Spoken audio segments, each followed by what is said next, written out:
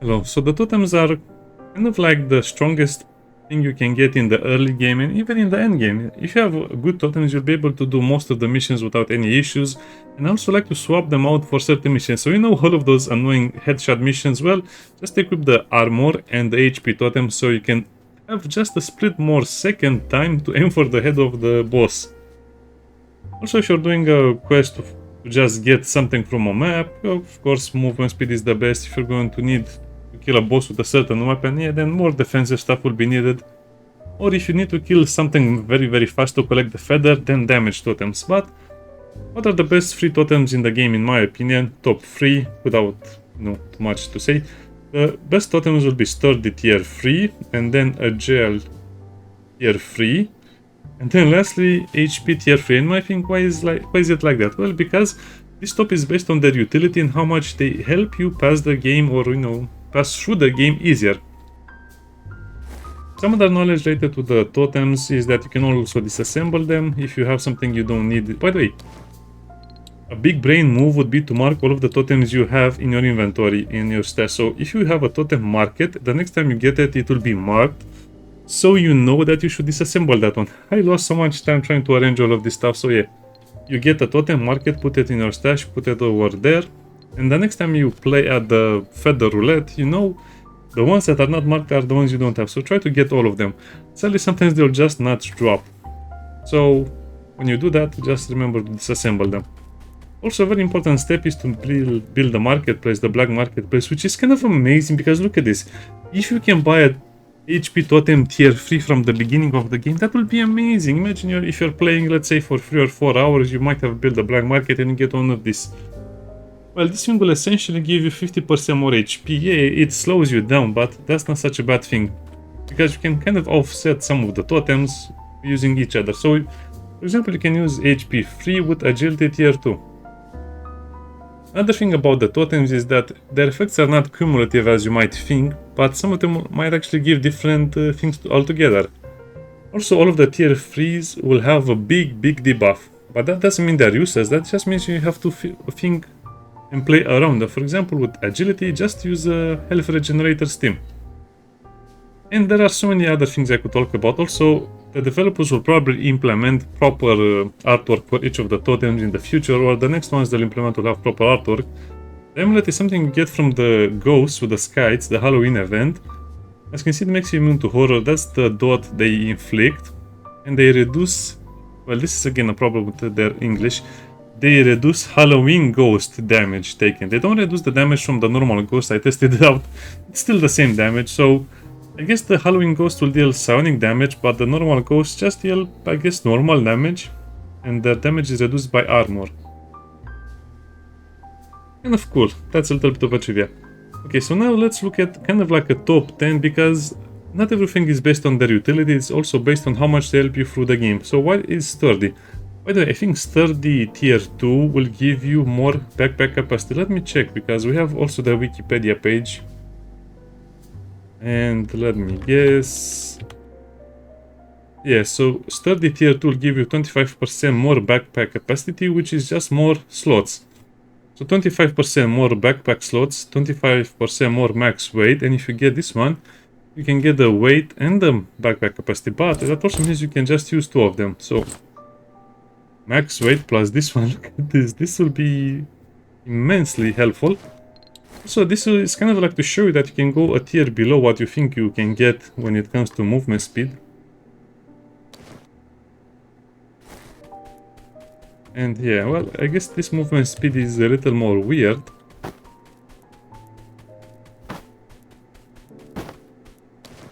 But there are many combinations and there are many things you can do with that. Now, why is this the best one? Well, simply because you can advance much faster into the game if you have a lot more room to loot, if you don't get slowed down by, having the weird thing of, carrying a lot of stuff in your inventory and being slowed down. So this saves hours and hours of gameplay. I think I saved over 20 or 30 hours of gameplay just by having this over here and running at full speed, or being able to just fit a few more extra items, or just some very heavy items that are trash, but I could sell them. Agility, for obvious reasons, I'll not go into it. If you don't know what to pick, your best bet. If you're playing on an easier difficulty, this will be your best bet with something like this. Just speed. Also, you can just do it like this, but some people are bothered by the sound this makes, so I'll not even comment on that. Just see what you like. Also, Aegis. Aegis is very good, but it also depends on your current armor. So, if you don't know, armor works in a very, very weird way in this game. If you, let's say, have 6 head armor and the enemy will shoot you with armor-piercing bullets that have 5 penetration, that means you have 1 armor, and 1 armor reduces the damage by 30%, which is a lot. If you have 2 armor above, that's 50% more reduced damage, and if you have 3 armor above the enemy's piercing of their weapon, that's 60% damage reduction. So that means basically 1 or 2 points of armor will greatly reduce the amount of damage you take. So depending on what you have, you might want to equip the Aegis 1 or even the Aegis 3. Don't worry about the dots over time, but if you're fighting something like the Mad Bomber, that's a big problem. But other than that, I think the developers need to introduce more elemental bosses. But if you're fighting the Speedy Commander, that will also be a problem. I don't know, maybe we'll see more of this in the future. So this one is a little harder to use because you have to do some math. So as you can see, it's kind of worth it. So 1 tier of armor means 30% less damage if the enemy will just have some good armor piercing weapons. And in then you can just have a lot of armor that you can basically use to, I don't know, not even get scratched, but on extreme difficulty you still die. So that's why Aegis is probably the best defensive tool in your arsenal, but at some point you see that HP is a little better. Or I guess again it depends. If you cannot go over the threshold with this amount of armor, then it doesn't really make sense. It doesn't count for decimals, so if your armor, let's say it's 6.9, it will be still 6. Okay, Assault. Now this is just extra damage, and I also was looking at Assault tier 3, so this is not worth it. These two are not really worth it because it's such a tiny amount of extra damage, but the Assault tier 3 will give you 25% more damage. Yes, 25% more damage, but it will reduce your range coefficient by 50%. So basically your gun will have 50% less range. So see, even after 100 hours I still cannot get the tier 3 Assault Totem. So yeah, gun range is basically the distance at which your bullets will disappear. The bullets will hit the wall, but if I go this far, they'll not hit it because they'll disappear. So unless you get the Assault Totem tier 3, I don't think this is worth it, because basically you'll be dealing damage per bullet. So if you have, let's say, a gun that deals 15 damage, this will just be, let's say, 2 or 3 extra points of damage because you might have some other attachments. But if you go for headshots, this will actually be much better because 2 or 3 points of damage might mean 4 or 6 extra points of damage, which can actually kill a lot of enemies very fast. So just experiment with this a little bit, but usually I don't like the sniper stuff. They're pretty good to increase your damage early on so you can farm faster the first map of the game. Physical resistance is more or less the same thing, but as you can see, 12% physical resistance means 12% less damage, but if you have 1 extra armor above the enemy's penetration level, that means you get 30% less damage. So this is only worth it if you already have good armor, so it's a bit of a niche thing. I guess if you don't get HP or if you don't get the Aegis, this is a good option as well, but I don't recommend it. The only one that is worth using over the other ones is tier 3, because it will make you immune to bleed damage. 8% physical damage is not so important. You'll probably take 1 or 2 points less damage from the enemy's bullets, but since this is a game based on either high numbers of bullets or just high damage, this will probably be one of the most useless ones, but it can help you a lot because you will not bleed, you will save up more supplies and more equipment, and generally it's kind of like the economic version of the other ones. HP, nothing to say about it. This is the best thing in the game one way or another. I was having a lot of problems with the first bosses of the game, and then I started using this. You might think, well, 25% HP will not win you fights. No, but this will give you enough time to run away, heal, reset, throw a grenade, and that's how I've been using this. So sometimes instead of dying, you'll just be left with 5, 10 HP, then you throw a grenade, and then you run away, you heal, you drink a cola, you come back refreshed for the battle. So yeah, that's why I said that sturdy plus agile plus HP free are kind of like the best in the game, but again, you can mix and match them in whatever way you like. Now, some honorable mentions are given to the efficiency totem, which at tier 3. So this gives you food and heal efficiency, but over here it will give you both of them. So what does this mean? It means you'll have 30% more food or water from whatever you drink and 30% more healing efficiency, which can add up to quite a big number. So if you already have, let's say, an agile tier 2 totem, and if you add this, it will make the longer raid so much more easier. Don't discount this. This can have a lot of utility, especially when you're sitting on the map a lot. I mean, if you want to do the whole map, meaning kill most of the enemies, loot most of the things like on warehouse, this will actually be very useful on warehouse because you will not need to eat as much, and you will not need to heal as much as well. So this gets kind of like a mention, a worthy mention. Also marathon, stamina drain minus 20%. Yes, so if you pair, let's say, stamina drain with agile tier 3, that's probably the best combination you can get one way or another, because you'll be sprinting so much you can probably, I don't know, just go from one end of the map to another in less than 5 minutes. And then the worst ones. The worst ones are the electric, the poison, the fire, and the spell resistance. To be honest, they don't do anything, because immunity to electric shock, or let's just say like this, they only give you immunity to the dot of the damage, but they only reduce the damage taken by 8%. So in a way, they're like this amulet, but slightly worse. I'm not even sure what deal space damage. I'm pretty sure the ghosts just deal normal damage. So the developer should kind of rebalance the whole game to be based more around the physical resistances and elemental resistances, with more traps, more skills, more enemies, more diverse enemies, and this will make sense then. But as they're totally useless, because for example this one doesn't even reduce the amount of space damage you take, because it only gives you immunity to shatter, which is only caused by the enemies which deal space damage. I don't know.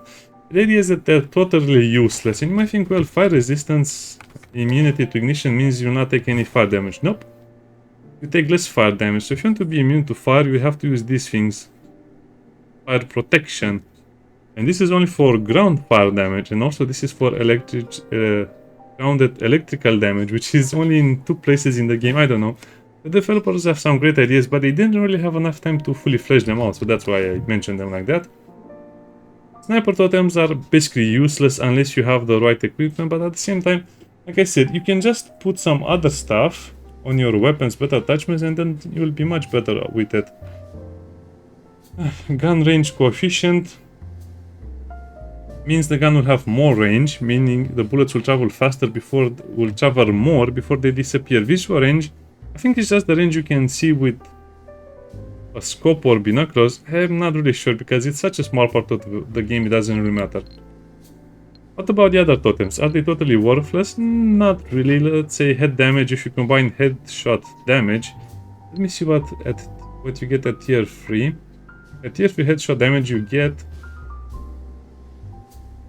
25% more gun damage, but 25% more headshot damage, but you also get 15% more spread from the gun. So basically it will be better to use with single shot guns, semi-auto guns, or some of the other stuff. Which is kind of interesting, because if you pair headshot damage with the gun, with assault, tier 3 assault, let me see where it is. You will have less range, you will have more spread on your gun, but you will basically have 50% more damage. So if you combine assault tier 3 with headshot tier 3, that will be amazing. But to be honest, if you find these two, you'll be probably one of the luckiest persons playing Escape from Duckov, because I have not been able to find them. So because I was not able to find them, and because they're not as useful as you think, maybe on the other difficulty they'll be a little better, but again, you probably want to survive more or less. I guess it's kind of like the dream of Duckov. If you find these two totems, assault and headshot free, then you'll kind of feel like you're invincible until you take a lot of bullets from a ghost or from a boss. But other than that, they're probably the best combination to assure you win a lot. But like I said, they're not as good as you think, because the game is more about progression rather than individual challenges. That's why I didn't really use them, and I don't like them that much. just hard to get, and they're very, very deceiving, and they're not very useful against normal enemies, which you can kill very fast either way. Perception is the thing that will allow you to see in a 360% degree or something like that, but you don't really need it because it's not the way of the game, unless they add more challenges or more interesting locations. Recovery Totem at tier 3 to regen your energy and your hydration a lot more, but you basically get free healing. So again, this is, if you're playing on a lower difficulty, this will be amazing because you have free healing, and then you can just use the efficiency over here, which will kind of negate the debuffs from this one. So basically you will get free heals for a lot. I haven't tested it out, but I imagine it's pretty good. So yeah, free healing with no downsides, which will be great. Again, you can also use this depending on what you play, but at some point if you use this with this, you can stay on the map indefinitely. So you can stay 2 or 3 days on a single map to loot everything, so some people might prefer this combination. Hunger Master is not that bad either, but again, it's only useful in the beginning if you don't have anything better, especially in the first hours of the game where your food and water meter will deplete immediately. The other one is just lower tier resistance, which is not so good. Gun control, to be honest, it's kind of meh, because less spread and more recoil control can only be good if you're using an assault weapon or an automatic weapon, but if you're using one of that, you'll not really go for headshots anyway. So it might be good to have the extra gun damage with the extra gun control, but you're kind of scratching your ear with your other hand like that, because there's no point. If you want more damage, you can just get a better attachment, or you can get some other stuff. So I think the developers need to flesh out the totems more so they're not interjecting or interacting with the gun attachments so much. Berserk. I'm not sure why you would need so much melee crit chance. I don't get this totem. I think they should just give you some extra defenses or something, or a double jump or a double dodge roll, I don't know. They don't even mention it on the Wikipedia, or on the Duckpedia. Doesn't even say what tier 3 does. The Ninja Totem, as you can see, is kind of interesting because it's the only one that progressively gets much better, doesn't lose any of the bonuses, and also doesn't have a big drawback. But the problem is that this is only good if you're using, let's say, a longer range gun with a suppressor and you're not going to draw any attention, but the map doesn't have that many enemies anyway, so this feels like it's a work in progress type of deal. Maybe later when they have more enemies or more interesting areas. And more melee damage multiplier, but less crit damage. So you do less damage on a crit, but you do more damage. Again, it's so situational to the point where you'll never use it unless they add some longer range melee weapons like a whip or a spear or something like that. It will be interesting. So this video basically covered all of the totems, all of the discussions, and I'm kind of impressed that the game is so complex with some of its totems. So I recommend you keep all of them, and like I said, if you want kind of like the best, this would be it. If you are done with fighting and other stuff, otherwise just equip instead of agility the HP totem over there. Tier 3 of course, so it'll be much slower.